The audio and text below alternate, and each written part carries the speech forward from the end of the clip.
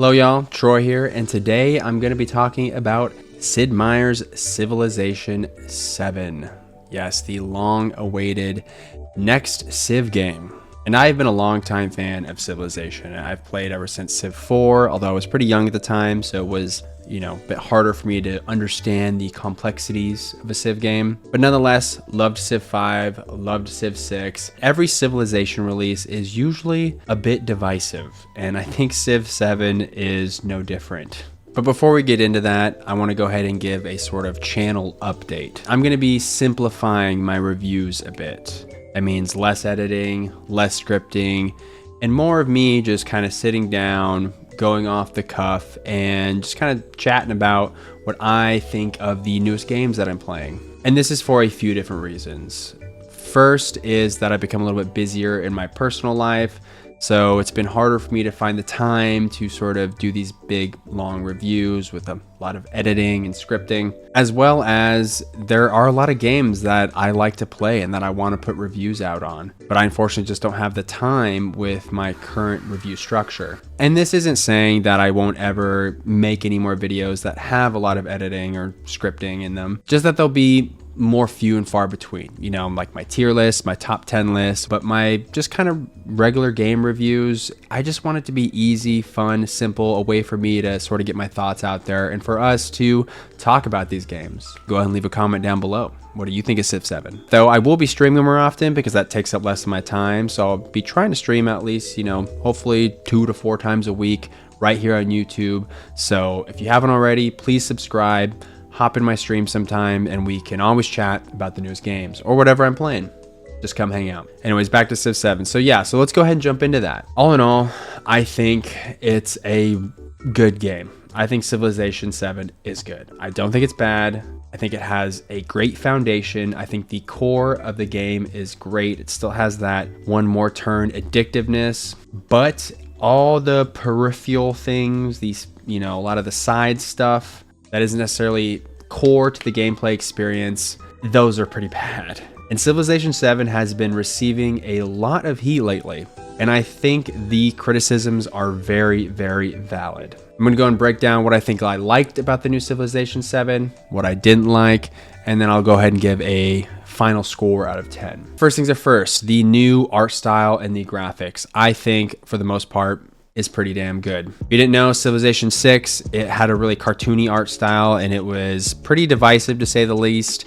I didn't really mind it. A lot of people really hated it. Here, they've kind of gone for they're going for kind of a board game aesthetic and a miniature aesthetic. And I think it works pretty well. It definitely is more realistic, especially with the character models. But the map itself with like the different topography and geographic features, especially some of these natural wonders, it looks amazing. It's a really beautiful game to look at, except for the UI, which we'll get to later. But the map itself is beautiful. The units also look great. And a lot of their animations are super cool. Like when they need to heal or you put them in a healing stance, some of the guys are like sitting there with bandages and they look wounded and they're kind of getting tended to. Just the art style, the graphics, the units, all that, I think, fantastic. All right, now let's go and talk about probably the biggest change, and I think was probably a very divisive one when it was first announced, the Civ Swapping. And I was very skeptical that this was going to work,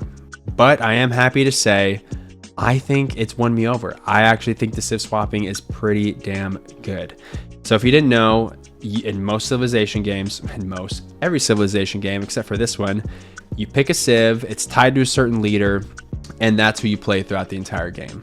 Now in Civ 7, you pick a leader. That leader isn't necessarily tied to a Civ, like Isabella is not tied to only Spain, and you play a separate civilization in each of the game's 3 ages, in the Antiquity Age, in the Exploration Age, and in the Modern Age. You might be Rome in the Antiquity, and then you might be the Normans in the Exploration Age, and then in the Modern Age, you could be America. And I think creating all these sort of combos and, leader combos, civilization combos, it just adds to a more dynamic game. A game of Civ 7 is very dynamic and it changes a lot and it keeps you interested throughout the game more. In the previous Civs, things would sort of fall off in the latter half of the game. They had data where Most people were playing up only through like the medieval age or something like that. Now, I think with the Civ swapping, it will keep people engaged more. It kept me engaged more. And also being able to mix and match leaders and civs, I think that's really cool. I really like that. They should have had that in all the Civ games. It really allows you to create some fun and interesting combinations. All right, another big change that I really liked are the new towns versus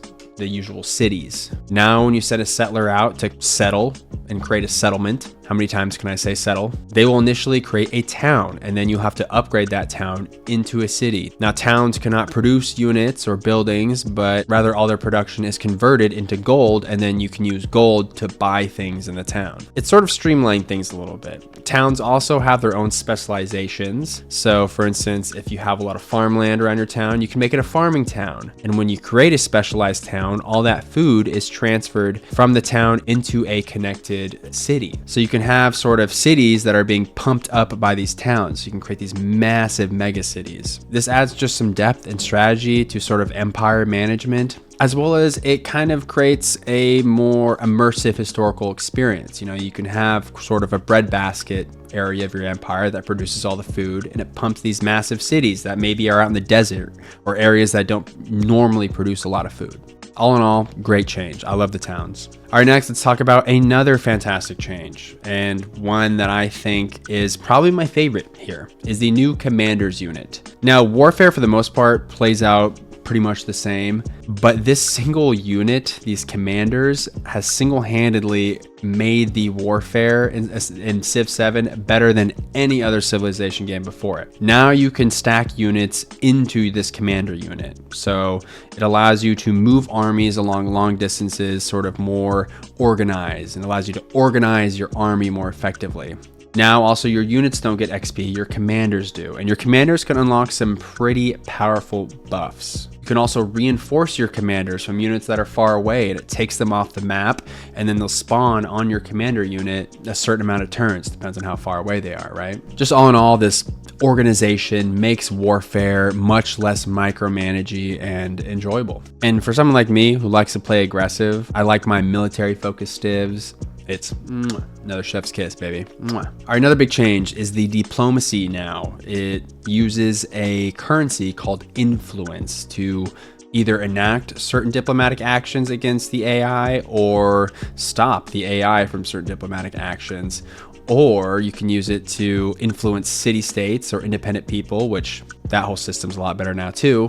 Oh, he's a fucking ugly. Oh, looks like he stinks too. He's got flies all around him. What the So the diplomacy and the influence is simultaneously streamlined because you sort of use this influence for a lot of different things while also giving it a lot of depth because you do have to spend this yield wisely. All right, another good change that I liked, the legacy paths. So now in each age, there is sort of mini win conditions in these legacy paths.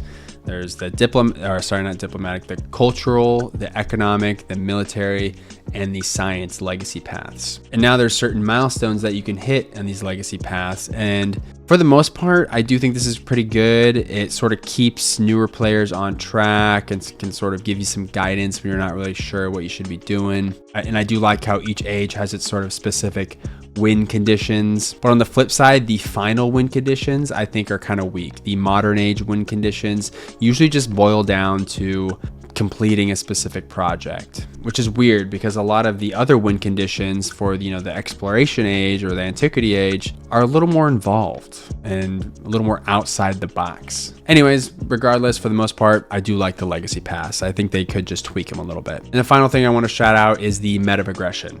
So now you can level up your leader outside of each individual game. For instance, my Machiavelli is like level 3, my Oshaka is level 2, depending on how far you get in a game with them. And this unlocks other things like customization options for multiplayer, but also there's these little mementos that you unlock that are just extra buffs on top of what your leader already provides. And you can mix and match these, if you unlock one for Isabella, you can use that memento on Benjamin Franklin. So even though you level up one leader, you can still apply that buff to a new leader. And again, this just creates more mixing and matching that I really like and creates a more dynamic game. All right, but that's about it for the positives. Let me go ahead and now talk about some of the negatives, what I didn't like about Civ 7. And again, most of this is just kind of side peripheral things, aka things that can be changed and that I am confident that Firaxis will fix with either just patches or big DLC drops. For one, let's start easy. For me, the game was pretty buggy. In the modern age specifically, when the game had a lot going on, it never chugged, but there was just tons of bugs, like either a city state that would be destroyed, but then there would still be tiles that showed it was part of the city state. Not really sure what was going on. My game just straight up crashed a few times. When I would initiate diplomacy with the leader, sometimes they just wouldn't show up. I could do the diplomacy, but the model wasn't there. Nothing too game breaking, but enough for me to be like, this game's a bit buggy. All right, and next, and this is probably really the only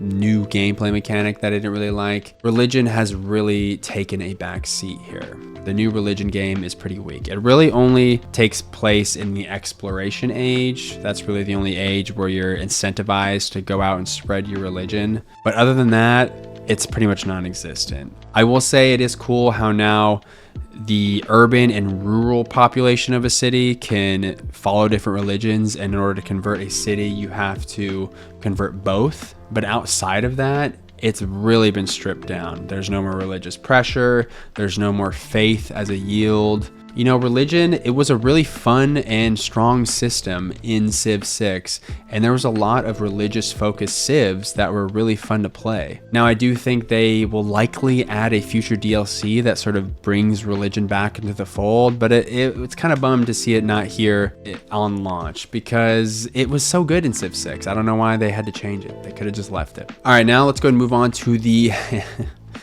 probably the biggest criticism that Civ 7 has been receiving, and rightfully so, the UI. The UI is I can't even talk. The UI is absolute hot ass. It is so bad. And it's funny because when I first saw previews of this game, and a lot of people were bagging on the UI, I was like, I don't really see it, you know? It's minimalist, yes, but you know, I can get down with some minimalism. It usually creates a nice clean look. It makes things easy to read. But not only is it minimalist here in Civ 7, it just looks cheap and really shitty. It's just very bad. It not only looks, but function. Like, look at these health bars. They look like something off of a Game Boy Color game. And then like the war support number that is sort of plastered on the AI's portrait up in the right-hand corner this looks like a placeholder. There's just so many baffling decisions that I'm like, did they actually mean to put this into the game? It looks like this is still like alpha footage. And it's funny because it doesn't look as bad like on a YouTube video or anything, but when you have it playing on your 4K monitor in 4K, you really can tell that the UI is it's honestly some of the worst UI I've seen in a modern game ever. I can't even think of a game that has a worse UI. Especially in a game like Civ, where you're spending most of your time in fucking menus, it's important to have good UI. And like I said, the function of it too, it doesn't work well. Like, why doesn't it show me what I just produced in a city when it's done being made? In the end game, when I have tons and tons of cities, I forget what I made sometimes, and I need the game to show me that. I'm a dummy. Help me be dumb. Anyways, you know, I could go on and on with examples, but I'm not going to waste my time here. The UI, it is that bad. It really is that bad, and I hope they can fix it. And I feel like part of the reason is because they had to release the game on the fucking Switch, which I bet like 4 people bought it on there, but I bet they dumbed down the UI so that way it would fit on that handheld console. And I booted it up on my Steam Deck as well too, to see if the UI maybe was better and made more for handhelds. It's still trash on my Steam Deck. Still bad on my Steam Deck. The game runs well, but the UI looks like shit. And kind of going off the lack of information in the UI, the Civilopedia is also hot ass.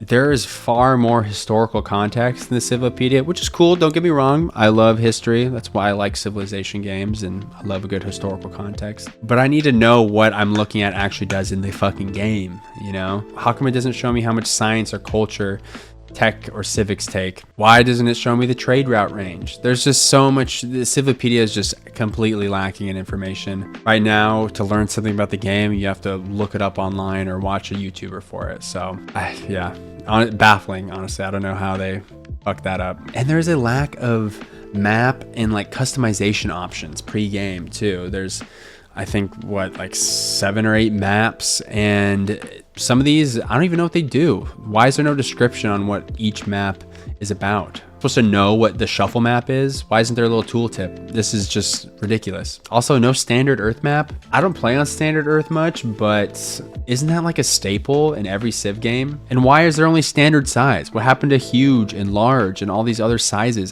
There's just so many customization options missing here. I almost said baffling. It's not baffling. I can tell what happened here. They rushed the game out. They rushed it out. When they add this stuff back in, it better be free updates. If this is paywalled behind a DLC, I'm gonna scream. I'm gonna scream. And finally, my last gripe that I want to mention is that on launch here, Civ 7 is missing some of the more popular and well-known civs. For example, Great Britain, was the most powerful empire for quite some time in the not so far past here, and it's not here on launch. And it's been a staple of the Civilization game as far as I know. Now, Civilization has gotten some flack in the past for being a bit Eurocentric, so maybe they were trying to highlight and show some of these lesser known civilizations. Or perhaps, they want to just take some of the more popular civs and package them later as DLC. Who knows, right?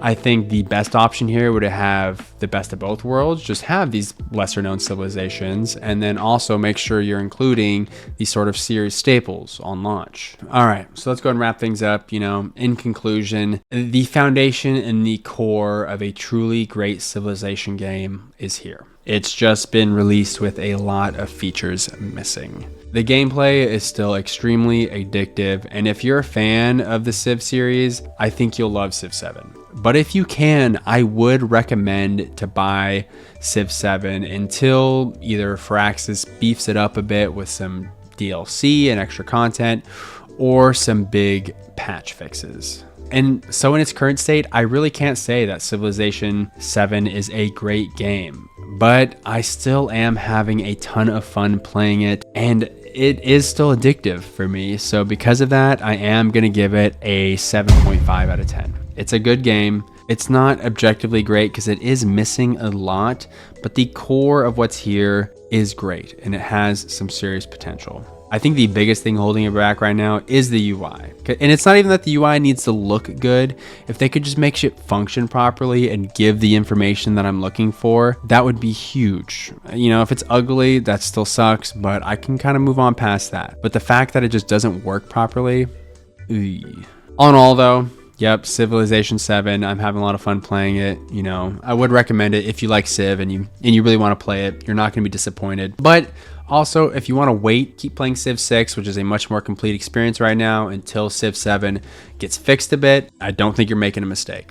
Anyways, again, thank you so much for watching. I hope you guys like the video, if it's a little less scripted, more kind of off the cuff. Like I said, I still will be releasing more edited videos once I have time. But for now, we're going to keep the reviews simple, quick, easy. Although that wasn't really quick, I did kind of blab for a while. And of course, if you haven't already, please consider subscribing. Hop in my stream sometime, hang out. I like to play video games here. Thanks again. Hope you have a wonderful day. Bye-bye.